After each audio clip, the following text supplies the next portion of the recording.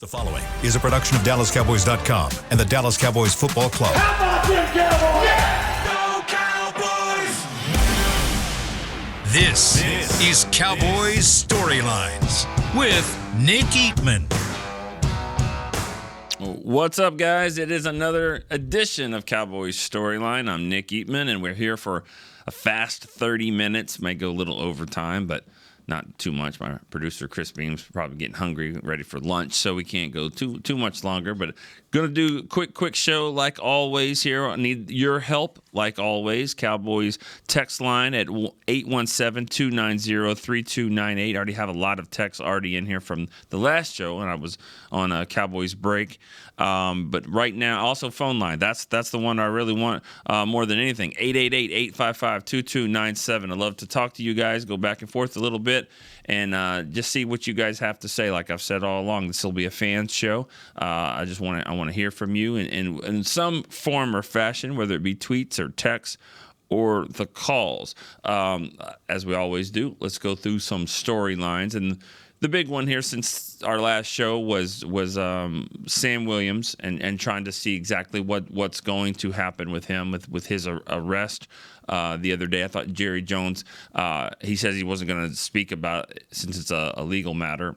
And then he did, and then he talked a little bit about it. But more than anything, what the fans really want to know is, whether you're getting fined, whatever, is are you going to play? Are you going to miss time? And then that's the key. And Jerry said he did have all the facts, and he said that he did not anticipate him being affected on the field. So, and if it does happen, it's probably not going to be anytime soon. We were just chatting about it just a second ago. I mean, Kelvin Joseph, we all know what happened with him off the field 2 off seasons ago, and never missed any time. And that was a lot worse, obviously, than what it is with Sam Williams. So the NFL kind of, I wouldn't say takes their time, but they have to be thorough in their investigation of everything, and we'll see what happens if Sam does miss any time or suspended or any kind of disciplinary action. But as it stands right now, Cowboys owner Jerry Jones does not think that there's going to be any time missed on the field for Sam Williams. Me personally, I've been asked about it a little bit. He's a guy you want to root for. He's obviously had some issues in his past and just his upbringing. And I hear he is second year in the league. He's got some money. He's got fast cars. He's got all that stuff. This is not new. This is what happens. This is what players either they get this moment in their career and they got to figure out how to have balance in his life. I think the Cowboys are surrounding him with a really good support system. They're going to continue to work with him. And yes, this does matter. He is a really good football player, and he's got a good upside, which is why you deal with the things you deal with. One of the greatest players in the history of the Cowboys, Michael Irvin, he had things off the field that's been well documented. He was the hardest worker on the field. He was one of the best players in the league. And whether it's right or wrong, this is what happens. And you put up with a little bit more things for guys that are good players that you think they can kind of turn the corner. And I know the Cowboys feel that way about Sam Williams. Again, phone line 188-855-2297. Want to hear from you guys. Got a lot of texts in here. We'll go to the text line here pretty soon. That's pretty much it for the storylines. But obviously, there's a game this week. Cowboys play the Raiders, the Las Vegas Raiders. Just doesn't sound right. Maybe it doesn't sound right because we haven't been there or haven't played a game in Vegas yet. I'm not sure that would be a fun trip or not to go to Vegas. And I say that just because, you don't play by the same rules when you go to an NFL event and go to Vegas as just 3 buddies might go, or, it's not like the Hangover 4 or anything like that going into Vegas. But the game's going to be here. Going to be fun to see just one more preseason game. Get it out of the way.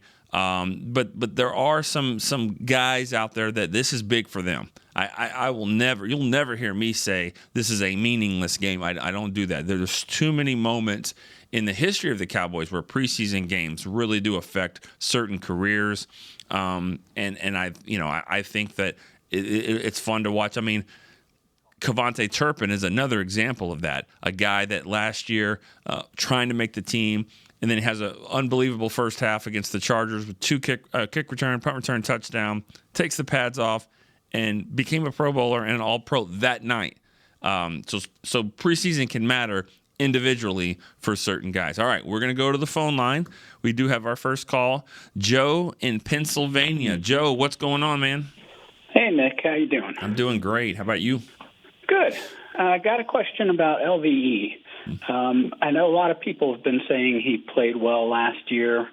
I watched all of his games last year, and it seems like he doesn't get off blocks well. He doesn't have the speed or instincts to make a play. I looked at his stats, doesn't have many solo tackles compared to other linebackers. Are you seeing the same thing, or am I way off? I appreciate the call.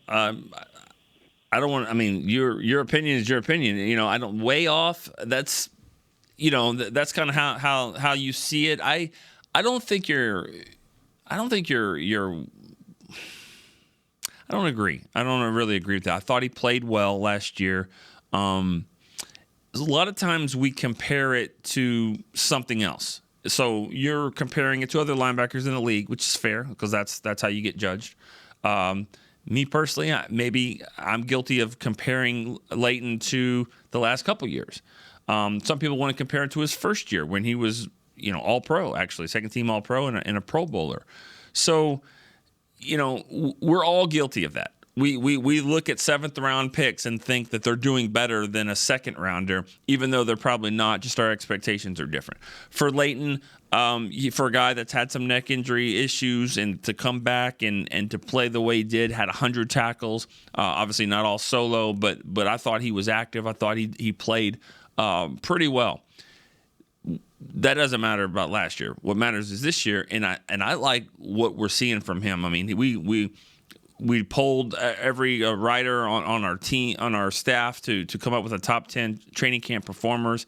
I think he was like 6th or 7th on the list. Not easy to do for a linebacker because you're not tackling, you're not hitting, but it's about awareness. It's about finding where you're supposed to be. They're also going to use him a little bit more in some pass rushing role this year, which will help maybe with stats, pressures, sacks, all that kind of good stuff.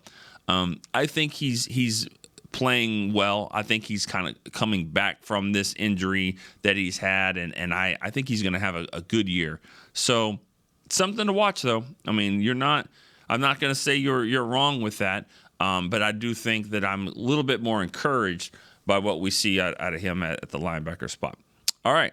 Phone lines are open still. I want to get some more. Let's go to some text line questions here. I like going to the running back spot. Ronald Jones versus a guy like Leonard Fournette who's out there. What's going to happen at the backup spot? And this question was from 804 area code, no name. If you're texting, try to put your name at the bottom. Name, you don't have to put full name, but just name and where you're from. Would love to include that here. So, but for this question, Fournette versus Ronald Jones. Fournette's obviously one of the free agent running backs that are out there. This is where I think, and I've said this before, where I think backup running back is tricky because of Deuce Vaughn. Maybe Deuce is going to be the backup, but even if he's not, Deuce is not going to be have a huge role on special teams. So somebody at running back needs to. So if you're going to bring in a Fournette, if you're going to even keep Ronald Jones, you need some production from the running back spot on special teams. That's why I think Rico Dowdle is a good backup to have because he can play it. He'll also get some carries as well. I'm liking more from what I'm seeing out of Rico Dowdle. So to answer this question about backups, Ronald Jones will be moved to a suspension list next week when the roster is down to 53. It's not just cutting 90 players to 53. That's what, 37 players? it's not just going to be 37 cuts. There'll be some guys that go to IR, guys that move, maybe revert to PUP, guys that go to the suspension list, all that. Ronald Jones, you don't have to do anything with it. He just stays there for 2 weeks. He comes back. I think the running backs are probably on the roster right now, at least for a couple of weeks. I just don't see the value in adding that guy right now, or any free agent. I mean, it's tricky. I do want more juice there at the running back position, but I'm starting to feel better about Rico, and I think he's going to be the guy. I liked what I saw from him the other night. I thought he has a really good combination of quickness, burst, acceleration, all that stuff with some power. That's what you want as a running back. And if he can play special teams, sign him up. All right, let's go back to the phone line. We've got a call from Chris in Wichita Falls. What's up, man? What's going on? Go MSU. Go MSU. That's right. Proud alum I am. I don't know. Are you? I don't know if you are, but I certainly am. Midwestern State's where it all started for me. Absolutely, brother. Hey, just wanted to ask you about Brandon Aubrey. Do you think he'll get a little more opportunity in this last preseason game? If they're within range, do you think the coaching staff gives him the chance to put points on the board or see what he can do? I appreciate the call, and I know that I don't have to ask you if it's hot up there, because I know that it is. I know that it is. It's hot everywhere. But man, Wichita's got different kind of heat for sure. There's a lot of stuff going on up here tonight. I mean, hotter than hell. Old High Rider. Wow, a lot of name it. It's insane. Okay, well, we appreciate the call. Not very many people probably know exactly what he's talking about. He's talking about cycling, a cycling race called Hotter Than Hell, and two rival schools that are playing against each other. And there's some weird dynamics going on with high school football up there. They're changing the schools, and I don't even know what's going on there. But obviously, this is going to be fun stuff. But appreciate the call. Kicker, Brandon Aubrey. I want there to be some competition. I mean, he needs some reps. There's no doubt about it. He definitely needs reps. More important than playing in the game. And I said this on the break. If you were listening to the break, I'm not worried about trying to get a fourth and 6 down by the goal line, or even back at the 35-yard line. If you're in the second half of this game coming up, none of these guys are probably going to be on the team. That's simple. But Brandon Aubrey, you want to be on the team. He's the one starter that you will trot out there. So why not give him the reps? What is it more important for Will Greer to find Dontario Drummond over the middle for a first down so Hunter Lipke can run the ball behind Alec Lindstrom so we can see and evaluate that? Or is it more important for a field goal by Aubrey for 47 yards or whatever? To me, that's more important. If you're really trying to evaluate them, that is more important than these guys playing second half, even second quarter on, because the guys that are going to be on the field against the Giants week 1, they got the pads off, they got a ball cap, sunflower seeds, all that. But Brandon Aubrey does not. And so I think you have a great opportunity to show what he can do. All right. Got a couple calls in there. Got some text lines. We're halfway through the show. We're flying by, as always. We're going to take our first break here on Cowboys StoryLine. When we come back, we're going to get more calls and more texts right back. Todd thought it would be secure to jog in the cheetah savanna. Todd believed the big cat repellent he bought online was reliable. And now, Todd is trying to be faster than this cheetah that can run 80 miles per hour. But the good news is, Todd has AT&T 5G that is fast, reliable, and secure. And he learned the best thing to do is stop running and toss her the backpack with the beef stew. AT&T 5G. Fast, reliable, secure. It's not complicated.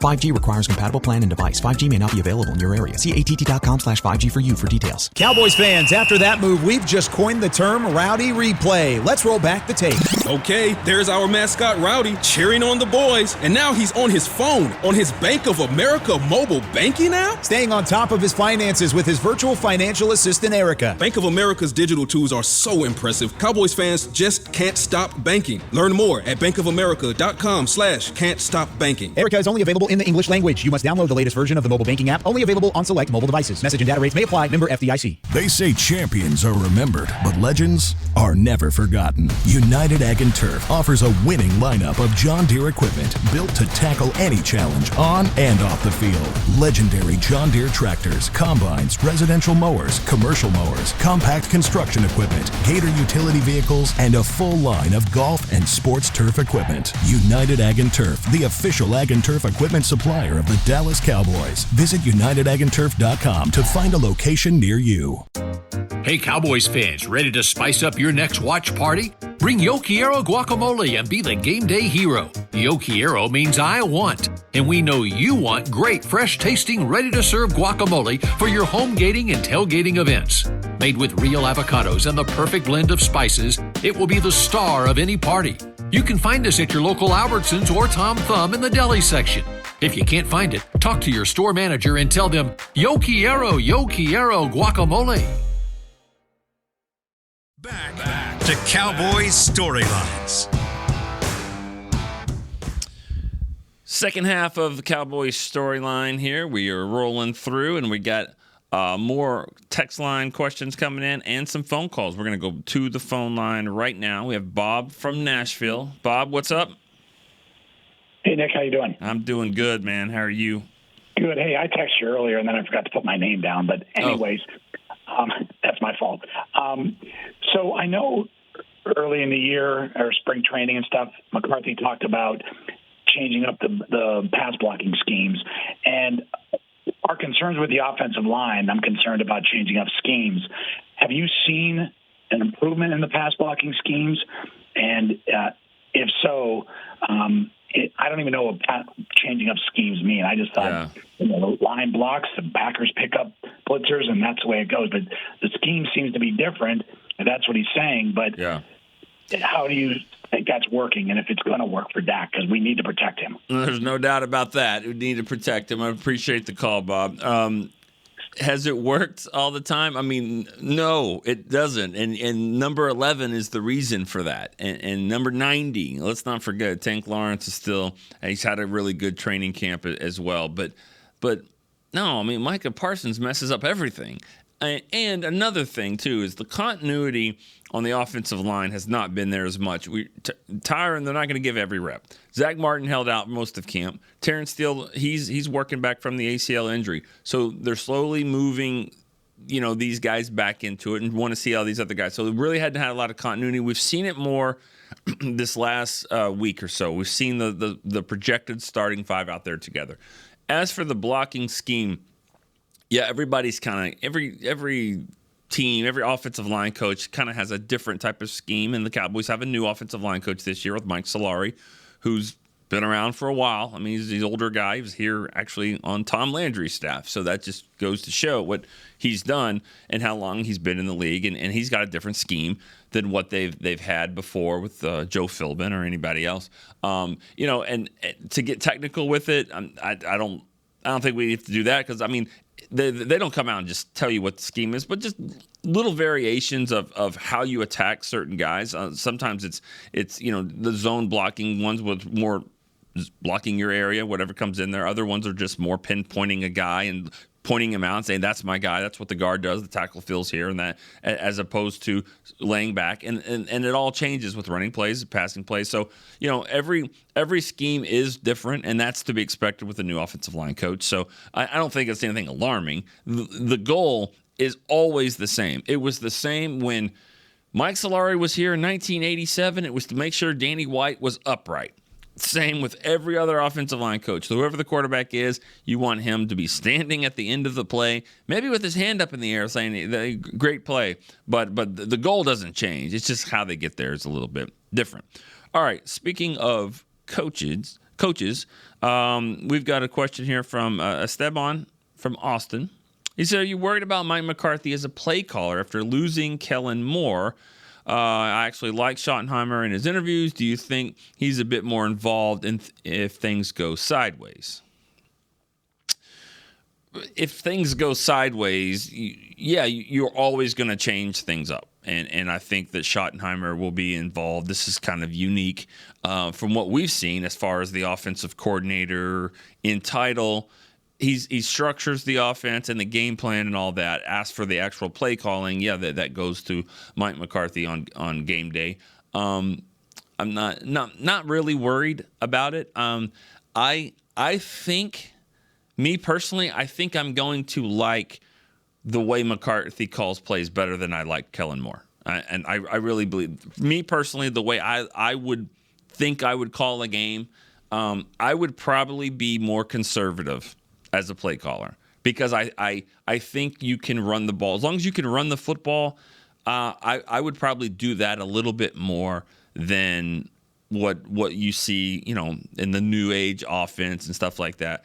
And I also think, as a play caller and the head coach, I think he's going to be able to manage the game even better than he did before. A good example, the other day against Seattle, they're driving down the field. I think they got 1st and goal at the 7-yard line. I'm standing down there and I'm thinking, okay, this is great, because this is what head coach knows exactly what he wants to do. I don't want to kick a field goal here. I want to score a touchdown. That's what he's thinking, okay? So that goes into your first down call, your second down call. But I've never really understood the guys that have script, like we're going to script these plays and whatever. What happens if they fumbled the kickoff and you start the ball on the 9-yard line? I mean, obviously your post pattern on your first play is not there. So it's hard to script, it's hard to get ahead. I just like the fact that the head coach is calling the plays, can manage the games. In fact, it's really not that uncommon. I think more head coaches in the league are doing it than not. So not really worried about it. If things go sideways, like with any position, anything, any aspect, you will change it up and you'll go from there. All right. Let's go from Oscar, Orange County, California. Longtime listener, says he wanted to ask us about Sam Williams going to miss any playing time this year. We talked about that earlier. I just wanted to bring it back up again since we're now in the back half of the show here, almost over, just in case you didn't join us right from the start. Sam Williams, Jerry Jones is not anticipating any missed time from Sam Williams right now because of this incident. So that's where it stands. Will he play this week? Probably. You're not trying to get anybody hurt, but he's the 4th or 5th pass rusher, so I don't think he'd play long if he does play. I don't think he'll play very long, but because I think one guy that really want to see is Isaiah Land, rookie from Florida A&M. Want to see what he can do. I think he'll be a player that they get in there quickly. So Sam Williams, if he plays, I don't anticipate Dante Fowler doing a whole lot either. So you want to get these pass rushers in here quickly. All right. Alan from Clearwater, Florida. He says, what can you tell us about Junior Fajoko's camp and preseason games? That's another guy that's going to play some here in defensive end. He plays some at tackle. He's active. He sometimes, as a pass rusher, you can get too active. You can kind of get up the field quickly, and then the play happens behind you. You're not as disciplined sometimes, and it's an adjustment for any player from college to the pro. He played, I think, at San Jose State.